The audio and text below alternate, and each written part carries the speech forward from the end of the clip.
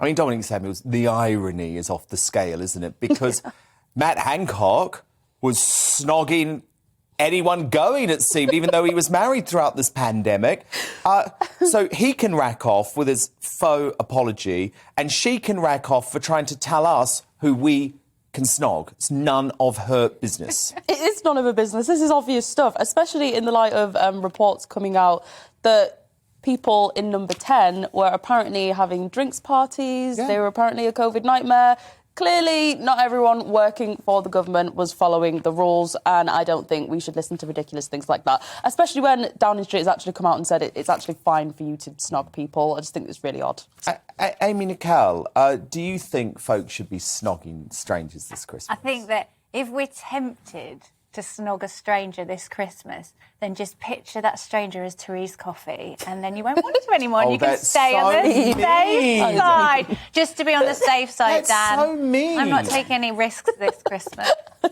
OK, but on a serious... OK, now that you've just slagged off a fellow woman, so at least we know that you're not a feminist, Amy, for her appearance. I think she seems like a lovely woman. But now that you've just slagged off her appearance... Have you seen her rendition of Time of Your Life? Yes, I have.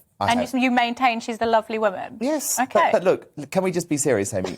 Should someone snog a stranger with Omicron on the I loose? think if that individual is married, then they probably shouldn't be snogging any stranger. No, I'm talking about two single people.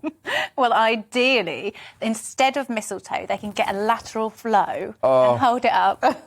Maybe do it together, you know. Snog who you like. They can be like, I wanted something else, but I'll take something up my nose instead. Like, it's fine. I just can't deal with the fact that here we are, 20 months on, and we still have government ministers opining on television shows, usually getting it wrong, by the way, about what individual free citizens should be doing. There's absolutely no reason for the government to be telling people whether they should snog a stranger or not.